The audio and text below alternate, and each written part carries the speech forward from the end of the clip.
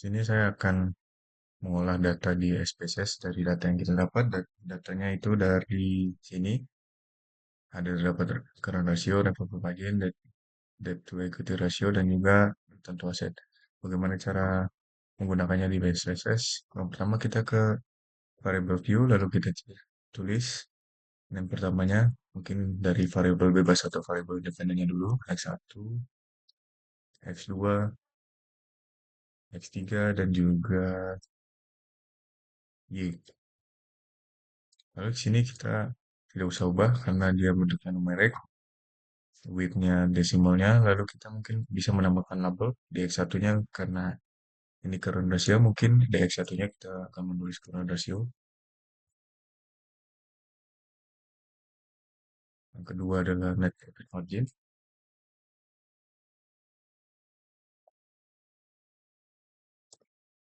Yang ketiga adalah debt to equity ratio.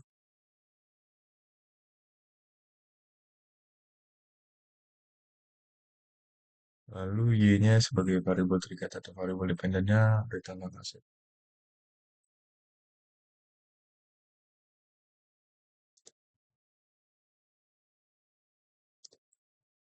Selanjutnya kita lihat di sini value-nya dikosongkan saja, missing, kolomnya dibiarkan menjadi standar, lalu dimensionnya kita ubah semua ke scale karena dia berupa angka. Lalu kita ke data view, di sini kita bisa lihat di sini ada X1, X2, X3, dan Y. Lalu data yang ini kita pindahkan saja di sini. Ctrl C, lalu Ctrl V di sini. Itu juga net profit marginnya, debt to equity ratio-nya. Dan Y ini adalah variabel terikat. Variabel terikat di sini adalah return on asset-nya. Lalu setelah kita membuat ini, lalu kita langsung ke analyze, regression, linear, lalu masukkan current ratio, net profit margin, dan juga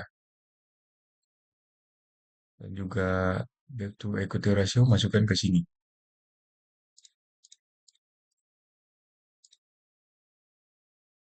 Lalu variable dependennya yaitu return on asset.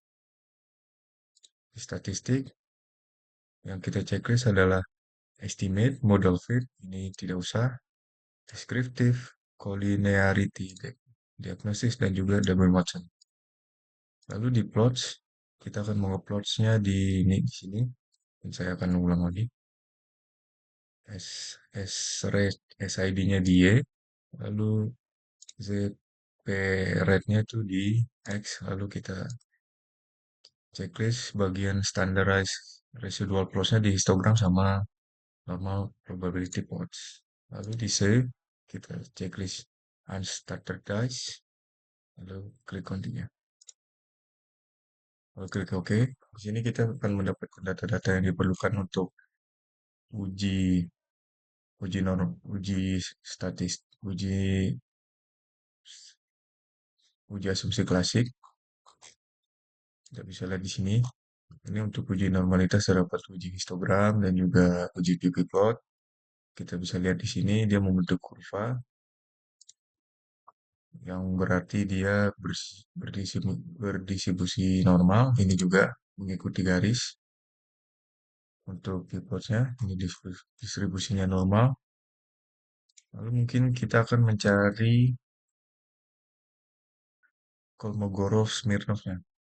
Untuk Kolmogorov-Smirnovnya kita cari di sini non-formatic test, lalu ke legacy dialog, lalu kita ke one sample KS. Yang kita masukkan di sini adalah unstandardized residual yang tadi ada di save. Lalu kita masukkan di sini, klik OK. Ini adalah data one sample Kolmogorov-Smirnov. Data yang kita ambil adalah ini, asymptotic to tail 200D. Selanjutnya adalah kita mencari uji heteroskedastisitas. Bagaimana caranya? Caranya adalah kita ke transform, lalu compute variable. Sini mungkin kita akan ulang lagi. Sini kita akan ganti di sama seperti tadi, raise 2. Ininya kita kosongkan dulu seperti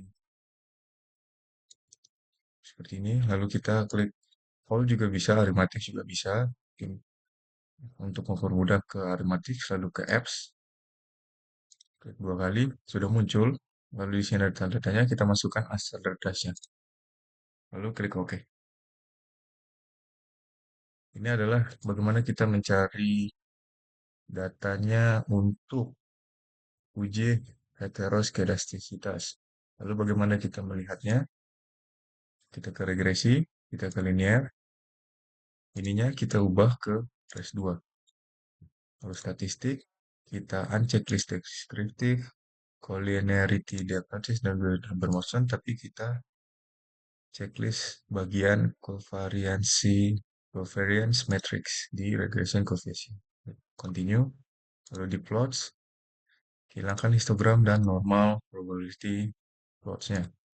Kalau kita klik OK, dia akan muncul datanya seperti ini. Ini yang kita perlukan, data scatter plotnya. Lalu untuk uji heteroskedastisitasnya yang kita perlukan juga adalah yang ini, signifikansi. Kita melihat apakah dia lebih dari 0,5 atau tidak. Kita akan bisa lihat di sini untuk uji heteroskedastisitasnya. Lalu untuk autokorelasi, kita bisa lihat di sini menggunakan Darwin-Watson dan bisa juga menggunakan rantes jika Darwin-Watsonnya terjadi autokorelabilitas. Caranya adalah klik Analyze, Non-Parametric Test, Legacy Dialog, lalu ke Runs. Yang kita masukkan di sini adalah yang unstandardized yang R1. Lalu kita klik OK. Nah, inilah adalah datanya. Yang kita lihat di sini asymmetric to tail. Jika dia lebih dari 0,05, maka datanya itu acak. Jika datanya itu acak, berarti datanya berdistribusi secara normal. Lalu kita lihat lagi datanya untuk uji-uji yang lain. Untuk uji regresi linear pergandanya, data yang kita perlukan adalah yang ini, standardized. Yang ini yang kita perlukan untuk regresi linear berganda. Lalu ini untuk multikolinearitas. Ini untuk tadi normalitas. Dan model summary-nya ini adalah model summary yang dipakai untuk koefisiensi determinan. Dan ini untuk uji F-nya, nanti kita akan bandingkan nanti di F-tabelnya. Ini untuk uji T-nya. Uji F itu untuk melihat secara stimulan apakah CR, NPM, dan juga DER itu berpengaruh signifikan terhadap return on asset. Kalau misalkan T itu dia melihat secara parsial atau melihat secara satu persatu misalkan CR apakah berpengaruh terhadap return on asset, NPM apakah berpengaruh pada ROA, dan juga DER apakah berpengaruh secara signifikan untuk return on assetnya. Mungkin itu aja dari saya. Terima kasih.